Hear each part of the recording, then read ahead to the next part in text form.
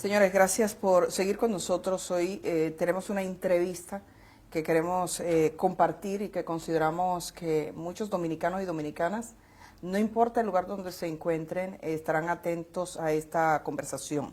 A raíz de la tragedia en el Jet Set en República Dominicana, Antonio Espaillat ha aceptado esta conversación, se lo agradecemos porque sabemos que para los dominicanos, dominicanas e incluso para algunos países de América Latina y otras partes del mundo, es vital conocer exactamente qué fue lo que ocurrió y por qué ocurrieron estos hechos que todavía duelen profundamente y que ha originado una cantidad de víctimas que sabemos están muy afectadas. Así que le agradecemos mucho que usted esté en esa disposición. Bienvenido y gracias por estar acá. Muchas gracias, Edith, por esta oportunidad de poder hablar contigo y con toda la nación. Lo primero sería preguntarle cómo se enteró usted de lo que pasó en el Jet Set. Yo estaba en Estados Unidos en una feria de televisión y radio que hacen todos los años en Las Vegas, se llama NAB, donde exponen todos los equipos, tanto de radio como de televisión, y todas las nuevas tecnologías. Las Vegas tiene una diferencia de horas con República Dominicana, aproximadamente de 3 horas.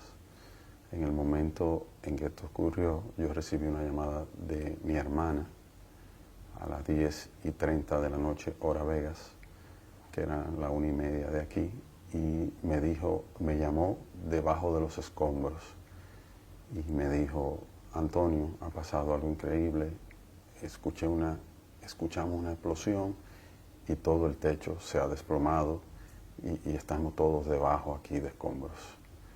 Inmediatamente ella me dijo eso. Yo le dije a ella: Maribel, no te preocupes, yo voy para el aeropuerto enseguida y arranco para Dominicana. Fui a mi habitación, recogí y me fui inmediatamente al aeropuerto. Tuve la suerte de conseguir un vuelo a las 12:30 de la noche, hora de allá, que por suerte se había retrasado 1 hora, salió a la 1:30 y por ese retraso pudieron montarme. ¿Usted tenía en ese momento una idea de la magnitud de la tragedia? No tenía idea. ¿Qué usted pensaba que había pasado? No tenía idea de decir, pero ¿cómo se puede caer un techo? O sea, yo no tenía ningún tipo de idea de qué pasó y estaba muy preocupado. Pero digamos el alcance, ¿pensó que habían muertos? Desde el primer momento usted fue informado de que habían personas fallecidas. No, ella me dijo, porque ella misma no sabía, ella estaba debajo de escombros. Okay. Ella me dijo, estoy debajo de escombros. Entonces, yo no pensé nada, yo de verdad, fue una preocupación tan grande por lo que hubiera pasado y pensé también, tenía todos los amigos que tenía ahí adentro también, que siempre van. Y yo dije, wow, o sea, qué catástrofe. Y cogí para el aeropuerto y lo único que tenía en mi mente es que tengo que llegar, tengo que ver qué hago, tengo que ayudar, tengo que estar ahí. Y tomé ese vuelo a la 1:30 de la mañana y llegué a Atlanta. Ahí se me retrasó el vuelo de Atlanta a Santo Domingo otra hora y vine llegando aquí al país tipo 3:30 de la tarde.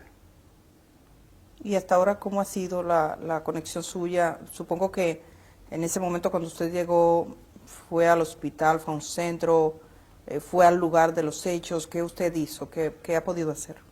Cuando llegué fui directo a mi oficina, que estaba mi familia ahí y estaban unos amigos para que me informaran qué había pasado. Ya estaba muy avanzado todo, me dieron la información de todo lo que había pasado y me recomendaron que por un tema de seguridad no fuera, porque ya estaban los ánimos caldeados y demás, y que no se podría saber qué podría pasar en torno a mí. Entonces, por eso decidí quedarme ahí. Y me quedé ahí y desde ahí fue que hablé y dio el mensaje que usted di dirigió. el mensaje de que estaba en el país y todo lo que dije en el mensaje. Usted sabe que la gente se pregunta básicamente qué fue lo que pasó. ¿Usted sabe qué fue lo que pasó? El primero que quiere saber qué fue lo que pasó soy yo.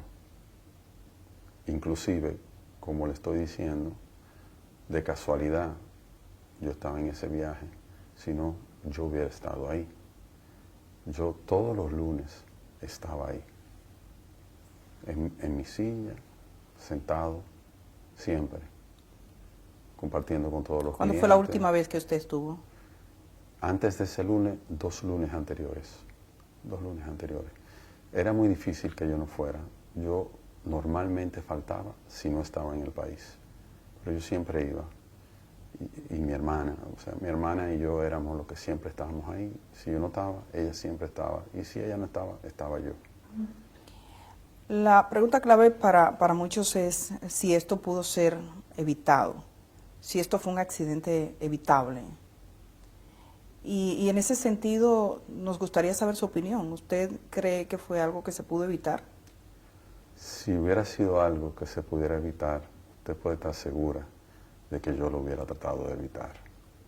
Porque, como le digo, mi hermana estaba ahí, mi madre estaba ahí todo el tiempo también, yo estaba, y aparte por un tema de responsabilidad, yo no hubiera permitido, jamás.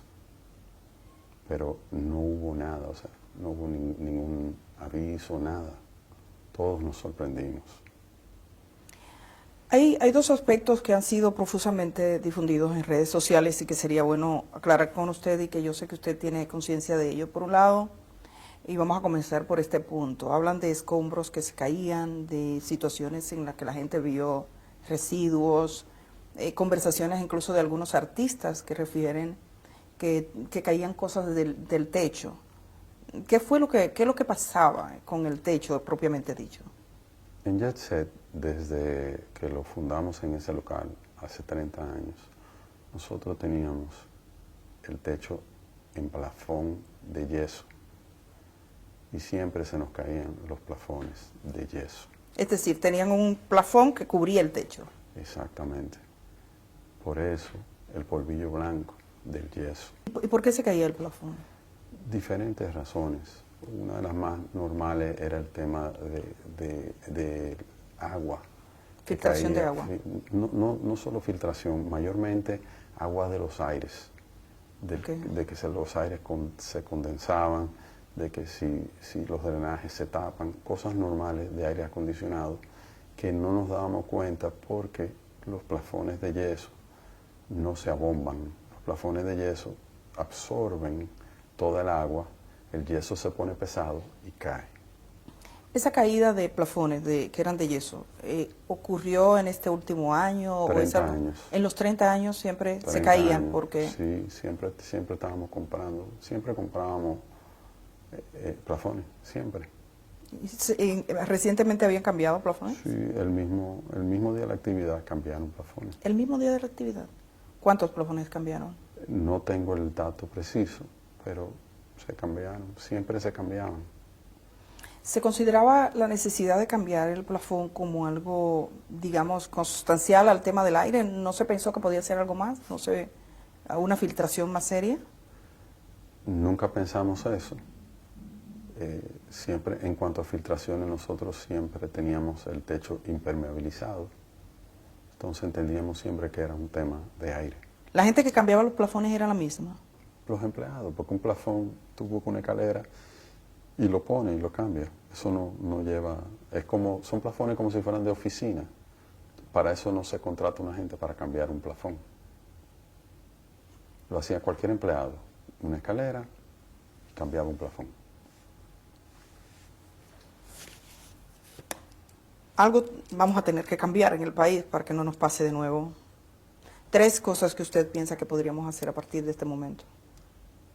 Hay muchas cosas que yo entiendo que a partir de este momento van a cambiar. Yo entiendo que juntos debemos ver todo esto y juntos ver qué cosas tenemos que cambiar. Dando reversa, y como este negocio ha sido objeto de mucho escrutinio público, alguien encuentra un comentario hace 7 años que decían o insinuaban, hay problemas con este techo, que veía alguna filtración. ¿Es posible ustedes en esa etapa recuerdan, si usted mismo recuerda si vio un mensaje como este y si tuvo alguna duda? nunca vi un mensaje. Y Pero ya usted dice que los plafones siempre tuvieron. Siempre, 30 años están ahí. Para mí es muy difícil. Yo mismo no podía ver el techo. Lo que veíamos siempre eran los plafones. ¿Nadie nunca examinó el techo? No, ¿Nadie verificó si había un problema estructural o de filtración de agua? nunca. Nunca. De filtración, siempre en el edificio hubo filtración, inclusive cuando lo compramos a finales de los años 80, tenía filtraciones el edificio. ¿Cómo usted compra ese edificio? ¿Cuál es la historia de ese edificio? El edificio era el cine El Portal y nosotros solo compramos a los propietarios de ese local. El Jet Set estaba ubicado al lado de la Coca-Cola. Tenía 21 años ahí. Y la gente, los propietarios del terreno eran los dueños de la Coca-Cola. Y ellos ahí nos dijeron que iban a necesitar el terreno. Entonces nosotros dijimos que no había ningún problema, que nos dieran 3 años para mudarnos. Y en ese tiempo ubicamos el cine. Nosotros queríamos estar en el área, porque era un negocio de esa área y entendíamos que lo mejor era como mantenernos en el área para seguir teniendo la misma clientela y que no le fuera difícil a la gente como reubicarse. Estamos hablando del principio de los años 90. Y entonces usted compra. El edificio lo compra la compañía compra el edificio. Y entonces ahí duramos un tiempo y luego entramos a trabajar, a remodelar. Para ustedes entrar y hacer la discoteca ya dentro, como era previamente un cine, ¿hubo algún cambio en la estructura? En la estructura no hubo ningún cambio. Lo único que hicimos fue que usted sabe que los cines de esa época eran cines grandes y era como teatro, que era como bajando. Entonces lo único que hicimos fue nivelar el piso para que tuviera, porque era hondo, un poquito hondo, para bajar hacia la pantalla. Pero no hubo ningún cambio estructural, digamos, Ninguno. del peso, del techo. No, ninguno. Ningún cambio. No. Cuando usted dice la compañía, usted es el propietario del Jet Set, Yo soy gerente gerente. de la compañía del Jet Set. ¿Y quiénes forman la compañía? Mi madre y yo. Ah, ustedes dos. Sí. Entonces usted es el gerente desde esa época. Sí, desde que establecimos la compañía. Uno de los aspectos que se ha referido es el peso sobre la estructura. Y desde el aire hay una imagen que muchos han vuelto hacia atrás, donde se ven algunas estructuras. ¿Qué tanto peso ubicaron en la parte superior sobre el techo? Yo no puedo hablarle de la cantidad del peso, porque nunca tuve la información de cantidad de peso. Nosotros contratábamos gentes expertas en las diferentes áreas que lo trabajaban. Nosotros contratamos compañías de aire acondicionado que nos montaron unos aires acondicionados. Lo que sí puedo decirle que desde el año 1994, cuando fue que entramos a ese local, nosotros teníamos 6 unidades de aire y hasta la fecha es lo que teníamos, 6 unidades de aire. Esa decisión fue una decisión de la compañía que puso el aire, dice usted, de ubicar allí los... La recomendación fue de ellos, la cantidad de toneladas que deberíamos tener y cómo ubicarlos. ¿No sabe qué peso tenían las unidades que estaban? Nunca cuando uno compra un aire pregunta cuánto pesa. Esa estructura no fue sometida nunca a un escrutinio de decir, digamos, en términos estructurales, un ingeniero, un arquitecto que verificase la estructura en sí misma. No. Y por parte del Estado Dominicano, como ustedes tenían un lugar que era un centro donde iban personas, ¿alguna vez hubo algún tipo de inspección? No. ¿Y qué piensa usted de eso? Bueno, pienso que si no la hubo es porque no había la costumbre de hacerlo tal vez con los demás negocios tampoco. Lo que siempre fueron temas de bomberos, temas de ayuntamiento, pero que si basura, pero nunca nada temas estructurales ni de edificio. ¿Cómo se siente usted por esto que ha ocurrido? Ha caído un techo y la gente quiere respuestas. Y estamos hablando, quizás pensando sobre todo en aquellas personas que han sufrido la tragedia de un modo más duro, más fuerte, perdiendo a alguno de los suyos. Entonces, digamos que usted no está hablando conmigo, sino con esa gente. ¿Cómo esa gente que está procurando respuesta, cómo cree usted que es el modo adecuado de obtenerla?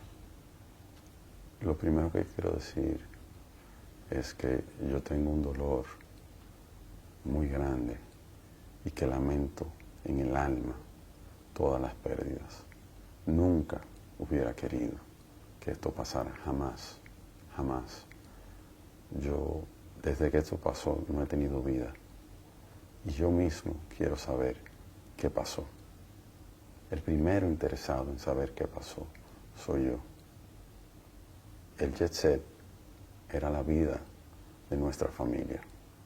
Nosotros nacimos cuando mi madre hizo el jet set. Yo tenía 6 años. Nosotros nacimos con el jet set. Jet set era nuestra vida, fue nuestro sustento, fue nuestro todo.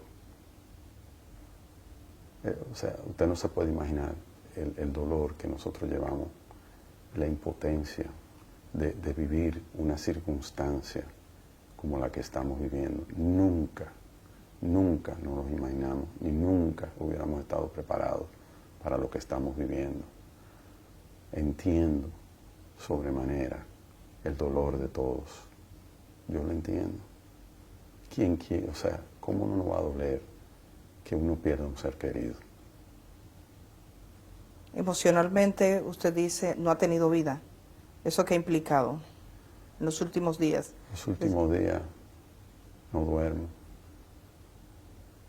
Los últimos días he estado hablando con las familias de nuestros empleados. He estado hablando con familias de las víctimas que se nos han acercado. Pero cuántas cosas quisiera yo hacer que no he podido todavía, ni siquiera empezar. Pero lo importante es que yo estoy aquí y yo le voy a dar el frente a todo. Yo no voy para ningún sitio, yo voy a estar aquí. Y todo lo que esté a mi alcance y todo lo que yo pueda hacer, lo voy a hacer. ¿Cuántos empleados tenían en ese momento presente en el lugar? En el lugar habían unos 23 empleados. Tengo entendido que han fallecido 25 empleados. 6. Sí, 6 empleados fallecieron. ¿Usted ha hablado con las 6 familias? Sí, con las 6 familias y he hablado con todos, con todos.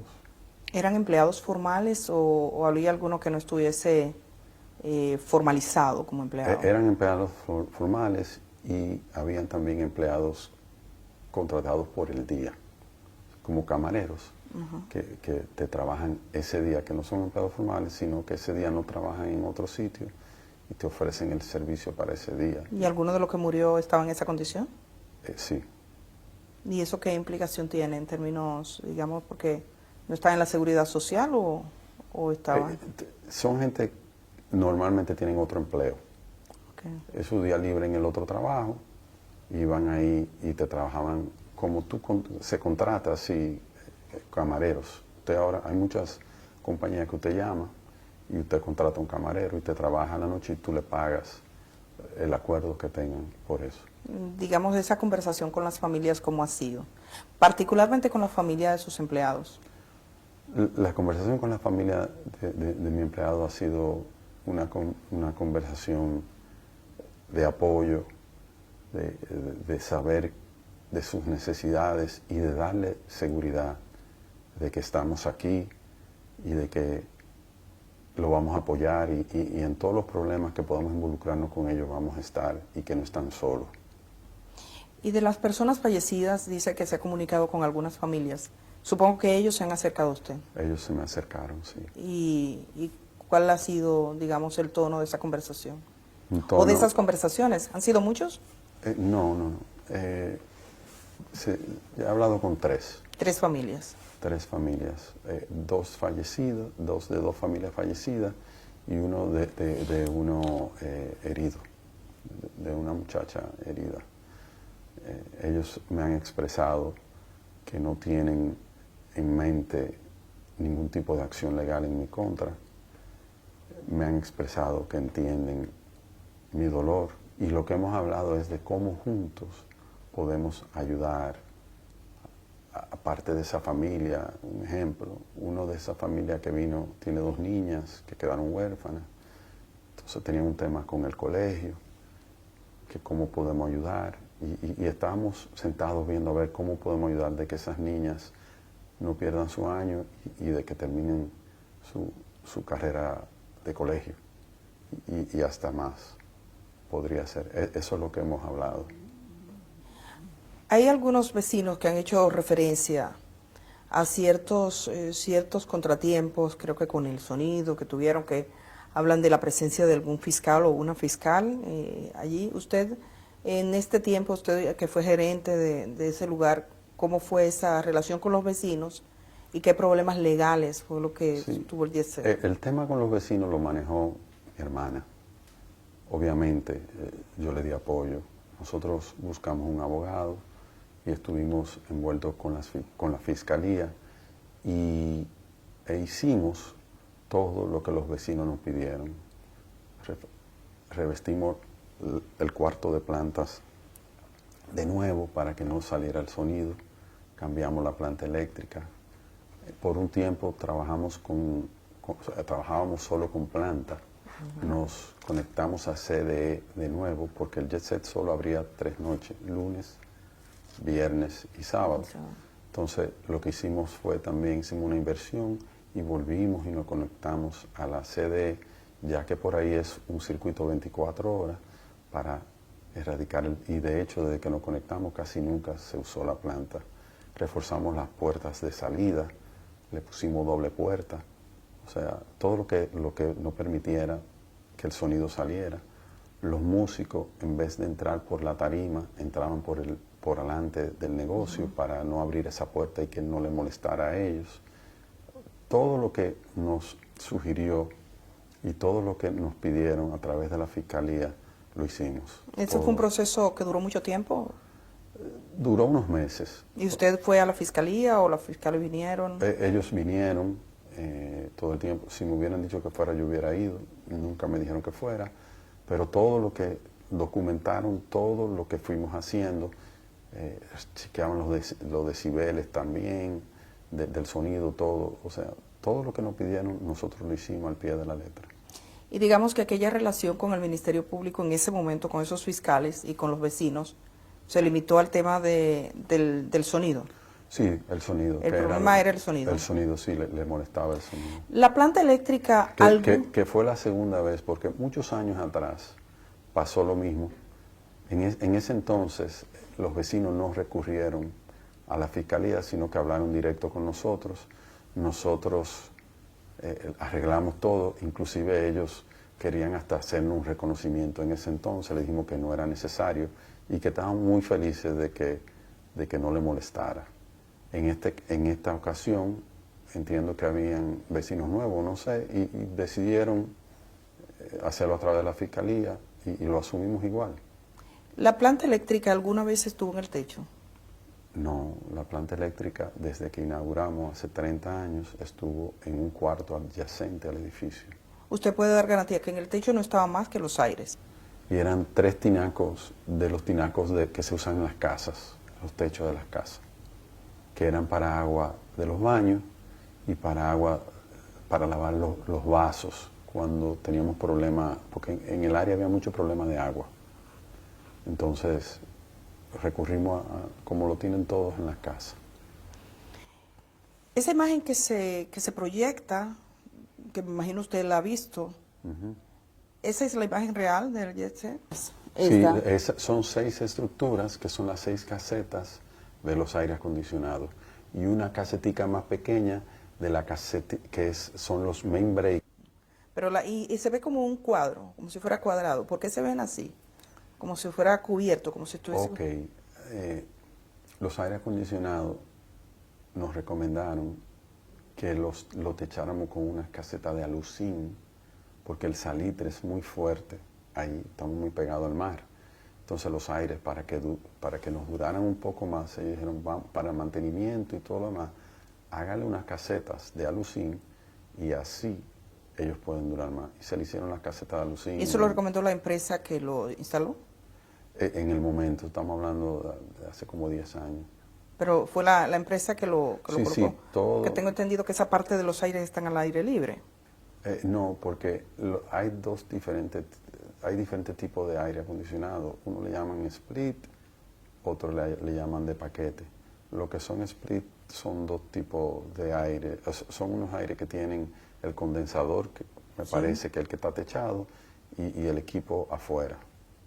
Que ese no importa que se oxide, es el condensador que hay que cuidar. Muchos ojos se viran hacia el techo, hacia lo que ocurría. La manera en que el agua se filtraba, ¿era del techo mismo o se suponía que había algún tipo de conexión desde abajo? Es decir, nunca usted dice que no se suponía que estuviese filtrando el agua, pero estaban arriba los condensadores. ¿Cómo se suponía que esa agua llegaba a los plafones? Cuando ellos lo estudiaron, cuando lo analizaron. Los aire acondicionados, su tubería condensa y tienen también los desagües. Esos desagües, porque ya se tiene alfombra, esas alfombras levantan mucho polvo y los aires se tapan. Cuando se tapan, te tapan el desagüe, cosas así, según me explicaban los expertos del por qué. O sea, entiendo. La estructura, usted dice impermeabilizaba el techo. Se ha hablado mucho sobre qué era lo que se hacía, el tipo de trabajo, si esa estructura recibió unos finos, que le llaman, si para evitar filtraciones se fue poniendo un poco más gruesa. ¿Qué tipo de trabajo se hizo? Nosotros siempre impermeabilizamos. Nosotros nunca autorizamos un fino. Sé que... En los últimos 30 años. No sé si antes de nosotros el cine puso fino. Nosotros siempre impermeabilizamos y no era constante. Un impermeabilizado tal vez no duraba 6, 7, 8 años. Inclusive ahora últimamente se impermeabilizó. ¿Cuándo? Terminamos hace un mes o algo así. De impermeabilizar. Impermeabilizar, sí. Justo por el tema de las... Que cada cierto tiempo ya hay que hacerlo para que no filtre. ¿Cómo había sonido? Ajá. ¿El sonido dependía del techo? No. ¿De qué dependía? De las paredes. El sonido era pegado a las paredes porque el sonido normal era pegado a las paredes con su subwoofer, que es lo pesado, en el piso, que son los bajos.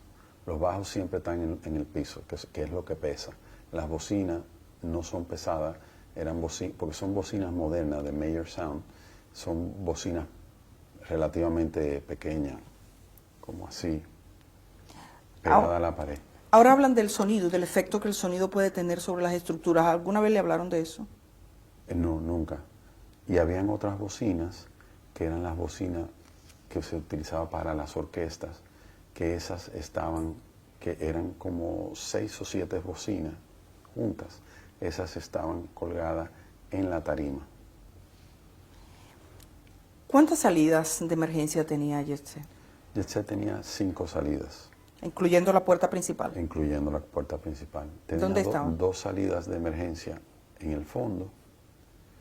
Tenía la salida de la tarima. Tenía otra salida en el bar principal que estaba al lado de la tarima. Por ahí entraban los empleados y entraban todas las mercancías. Y tenía la del frente. Eran 5 por todo. ¿Ninguna estaba cerrada por fuera? No. Estaban habilitadas. Todas. La gente salió por ahí. ¿Alguna remodelación se hizo? Sí, en 2 ocasiones. En el año 2000 se remodeló. En el año 2000. Y en el año 2015. ¿Qué se hizo específicamente? Mayormente cambio de tapicerías, alfombras, sillas, mesas, básicamente, y anexos fuera de la estructura, fuera de la estructura. O sea, que no implicaba un peso No, para la estructura. no. Y cuando se hizo esa remodelación, ¿fue un personal calificado? Sí, todo lo que nosotros hicimos siempre contratamos ingenieros, expertos en el área. Y nunca nadie se fijó, nunca nadie miró. No, porque, como le explico, eran remodelaciones de abajo, o sea, del salón. Telas, alfombras, sillas, bares, decoración. Cuando se puso arriba que usted decía que se impermeabilizó, ese personal tampoco notó nada. No notó No. la posibilidad de un quiebre. No. Pero ese personal que ponía la impermeabilización, ¿qué capacidad tenían? ¿Había algún ingeniero entre ellos? ¿Usted contrataba empresas? ¿Eran empresas? Por tiempo se contrató empresa, por tiempo se hizo con gente de mantenimiento de nuestra misma gente, porque los impermeabilizantes los venden, o sea, ahora te venden como por cuadro y tú simplemente lo pegas al techo. Entonces, eso no necesita más de ahí. Se han contratado compañías también con otro sistema que era que le tiraban como un caliente arriba para que se pegaran todo. Todo eso ha ido evolucionando con el tiempo. Pero nosotros siempre contratamos esos servicios. Hay quienes se hacen preguntas y especulan de qué pudo haber pasado. ¿Usted cree que esto fue un accidente o cree que pudo haber manos criminales, digamos un atentado, por ejemplo? Yo quiero saber qué pasó. Yo no puedo decir que fue una cosa u otra. Yo quiero esperar el peritaje, que es el único que puede decirnos qué pasó. ¿Usted ha iniciado alguna investigación, la empresa como tal, al margen de las investigaciones oficiales, o piensa hacer alguna indagatoria con sus técnicos? Eso nuestro equipo legal lo está evaluando. En esta etapa todavía no sé qué se va a hacer. Esta es una tragedia de gran proporción para el país. Cuando usted, ¿en qué momento usted tuvo conciencia así plena de la magnitud de la tragedia? Que usted dijo, esto es más de lo que yo pensaba. En el momento en que lo fuimos viviendo. Cuando yo llegué al país, yo no me imaginaba que era algo tan grande. En el momento en que se fue desarrollando todo fue que fui viendo lo grande que era, con las víctimas y con todo lo que iba pasando. No tenía idea y no podía creer lo que fuera algo de esta magnitud. ¿Cómo era la dinámica del Jet Set semanalmente? Esa fiesta de los lunes con los artistas, ¿cómo era esa dinámica de forma normal? ¿Cómo se vendían? ¿Cómo eran los tipos de contrato? ¿Cómo operaban? Nosotros teníamos ya demasiados años en el negocio. Nunca había contrato con los artistas, sino que simplemente una persona encargada de esa área lo llamaba, decía, ¿usted está disponible para cantar el lunes tal? Sí, pues perfecto. Esa era la dinámica. Que ustedes tenían. Sí, de toda ¿Y la se vida. vendían qué capacidad tenía de personas y cuántas había esa noche? El Jet Set tenía una capacidad de sentados 550 sillas. Ahí no cabía más. 550 sillas sentados. Sí. ¿Y esa noche cuántos lugares estaban ocupados? Esa noche tiene que haber habido un promedio entre empleados y clientes, un promedio de 500, y los músicos, un promedio de 510 personas, más o menos 515 personas. Era un sitio que, aunque se veía muy grande por fuera, al ser todos sentados, no era tan grande. Si usted le quitaba todas las sillas, usted ahí, porque muchas veces hicieron fiestas que promotores alquilaban el Jet Set y hacían fiestas diferentes, con DJ parados, y ahí metían hasta 1000 personas, porque eran parados. Pero el tema de sentados limita mucho el espacio. Entonces, por más que usted quiera, pero eran unos shows. La gente bailaban, pero la mayoría de la gente lo que hacían era ver el show. Entonces no había tanto espacio. Ahí con 500 personas, 550 como mucho, ya eso estaba que no cabía nadie. Que no fue el caso de ese día. Ese día había espacio. O sea, que ese día había menos de 550 personas. Seguro, más o menos por ahí. Había una costumbre de tener como mesas. La gente tenía mesas para... ¿Usted tenía un lugar específico? Por eso le llamamos la familia Jet Set. Ahí habían clientes de 30 años. Ahí había clientes, la mayoría de clientes tenían su mesa fija.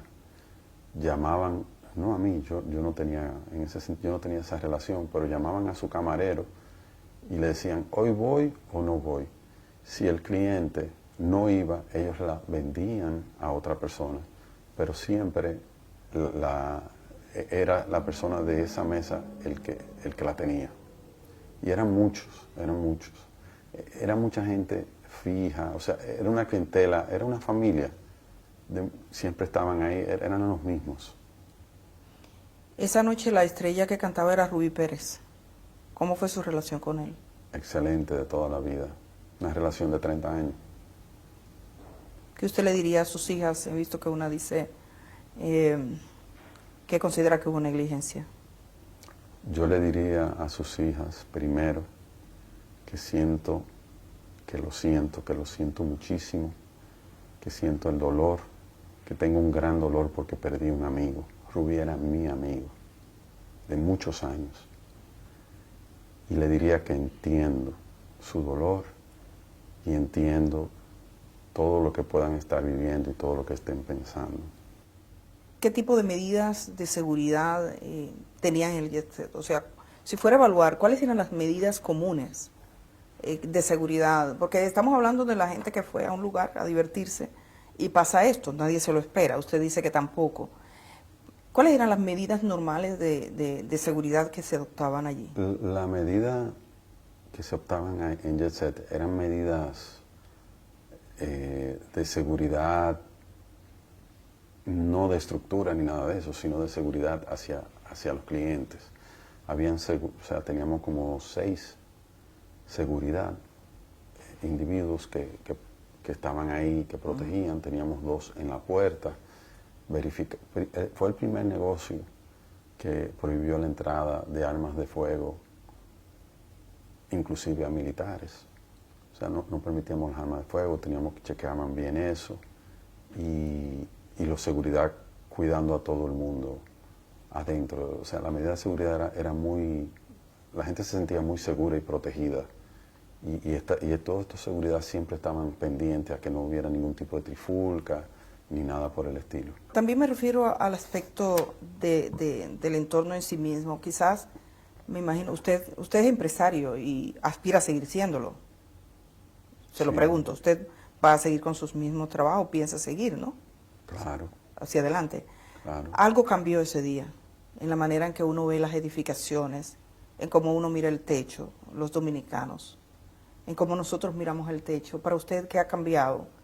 Y ese cambio es como si pudiéramos regresar en el tiempo, quizás estuviésemos tomando algunas decisiones. ¿Usted piensa que hay algo que tenemos que cambiar para que esto no se repita? Creo que esto ha pasado por algo. Creo que esto ha pasado para que todos revisemos y que todos estemos atentos a muchas cosas que ninguno estamos. Esto independiente del gran dolor que representa para las víctimas, para nosotros y para la nación. Esto también representa un despertar para muchos aspectos, de que estemos más pendientes de muchas cosas que ninguno estábamos pendientes. O sea, creo que esto es algo que va a servir positivamente para muchas cosas. El Jet Set tenía seguros, los negocios como este tienen seguros. ¿Qué tipo de seguros tenía? El Jet Set tenía un seguro que cubría todo lo que nuestros aseguradores nos recomendaron. todo lo que llevaba un negocio de ese tipo. ¿Cómo cuál es? Que si incendio, que si seguridad de personas, todo lo que conlleva. ¿Un terremoto? Terremoto, todo. Obviamente nunca pensaba, o sea, no tenía algo de que se cayó el techo. Aunque un terremoto podría originar la caída de un techo. Por, Pero cuando se por dio, ¿no? terremoto, sí. Pero nunca se hizo una evaluación previa. Los mismos seguros nunca tampoco hicieron una evaluación en ese sentido. No estoy seguro. Entiendo que tal vez no, pero no estoy seguro. Ha circulado una versión. Yo no tengo constancia de esa, pero tengo que tener la responsabilidad de preguntarle porque es la versión de que un ingeniero le sugirió a usted unas reparaciones por 4 millones de pesos y que le dijo firme aquí. O sea, a usted le consta eso porque eso ha sido en redes sociales algo muy distribuido. Y entonces tengo la obligación de preguntarle, ¿eso que se cuenta en esa historia pasó? ¿Alguien le dijo alguna vez? ¿Algún ingeniero le hizo un presupuesto? Lo he escuchado. ¿Lo ha escuchado? Sí, lo he escuchado. Me enteré cuando lo escuché. Ningún ingeniero nunca se me ha acercado a mí con eso, ni de 4 millones de pesos, ni que arregle esto, ni nada. No tuvo ningún debate con un ingeniero sobre la estructura. No, no. ¿Y qué usted piensa? ¿Por qué ese tipo de versión? ¿Qué le puedo decir? Hay muchísimas otras versiones.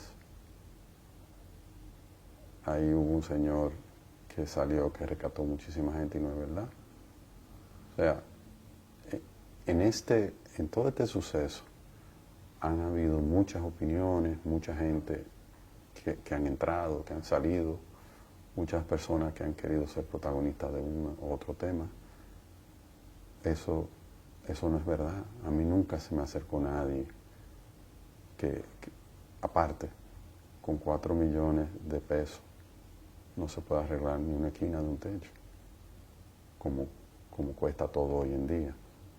O sea, ahí solo vemos que a mí nunca se me acercó nadie. ¿Ni usted tuvo un diálogo con ninguna empresa para ningún tipo de reparación de ese tipo? No. ¿En el JET se hicieron reparaciones en algún momento? ¿Usted recuerda haber contratado a un ingeniero, por ejemplo, que mirara para una reparación? Porque a veces este tipo de profesionales está habilitado para decir, mirar un poquito más. Ningún tipo de reparación. Nunca se hizo. Ningún tipo de reparación.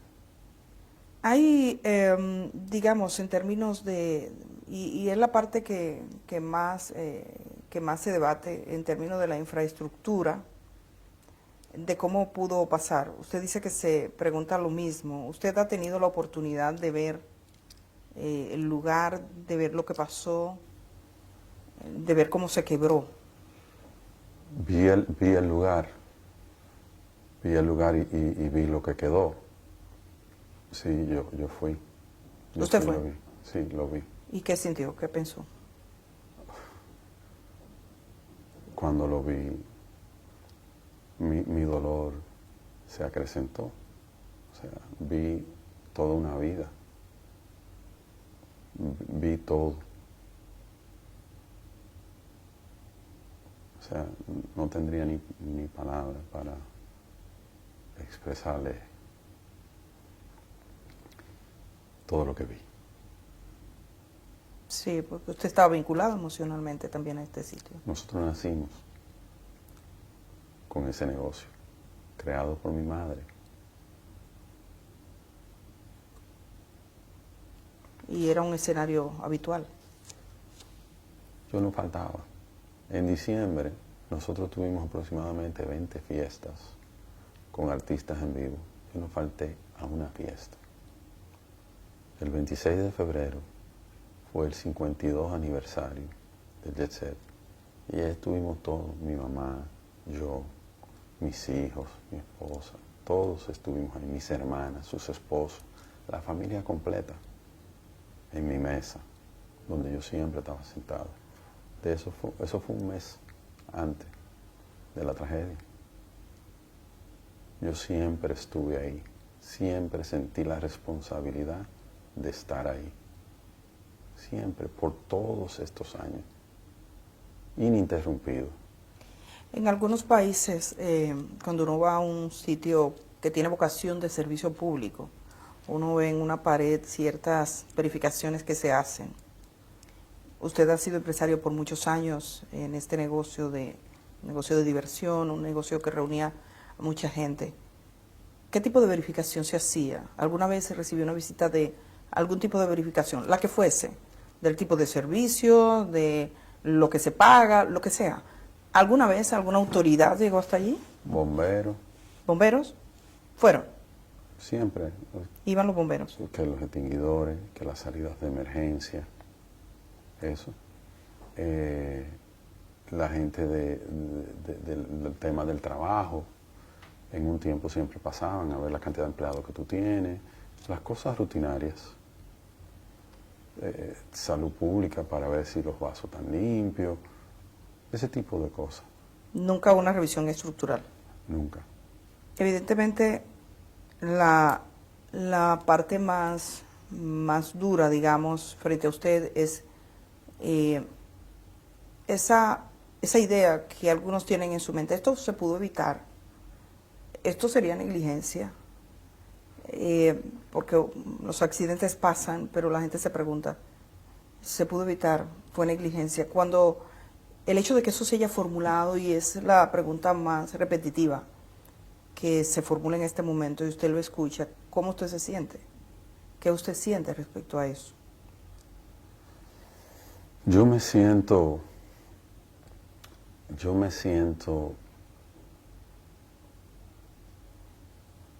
impotente, yo me siento, o sea, si hubiera habido algo que me hubiera llamado o que me hubieran dicho, mira, hay que chequear esto, aquello o lo otro, yo lo hubiera hecho.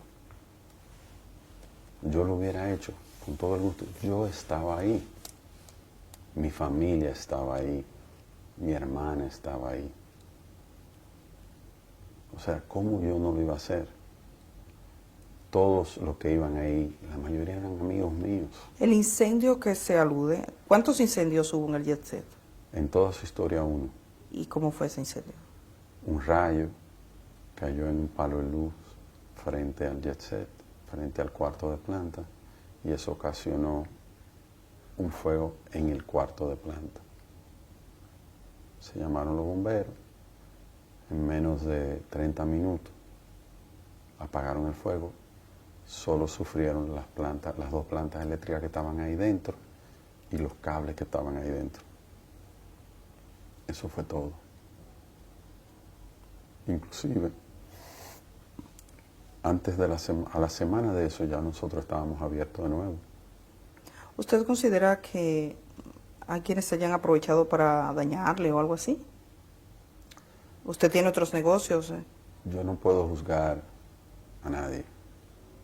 Ante un suceso como este, de tanto dolor, yo no puedo juzgar. ¿Usted entiende? Yo lo entiendo. Usted ha dicho que está listo para responder. ¿Qué consecuencias piensa que puede tener sobre usted? ¿Qué usted espera que pase? Yo no sé. Yo vine, yo estoy aquí. Es la primera vez en mi vida que estoy viviendo algo como esto. Yo estoy aquí. ¿Usted tiene socios? Han hablado de muchos socios. Mi madre, Su madre.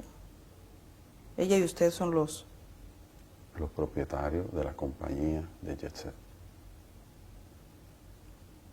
Es la fundadora y todo. Mi mamá. Lo más difícil de esto.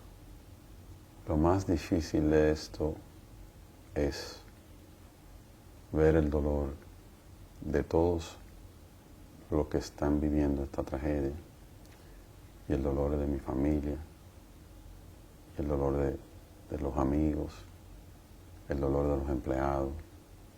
Su vida ya no será la misma. No, ¿No cree? después de esto nunca será la misma. Nunca. ¿Usted tiene otros negocios? ¿Piensa seguir adelante? Tengo que seguir adelante. Y tengo que seguir adelante porque tengo que ayudar a todas las personas que yo pueda ayudar. ¿Qué es de cierto en que sus cuentas han sido de alguna manera inmovilizadas porque se estaba pasando dinero de una compañía a otra? ¿Eso ocurrió? Salió un comunicado de sus abogados. comunicado de nuestra parte diciendo que no. No. ¿Es algo con lo que se puede estar tranquilo?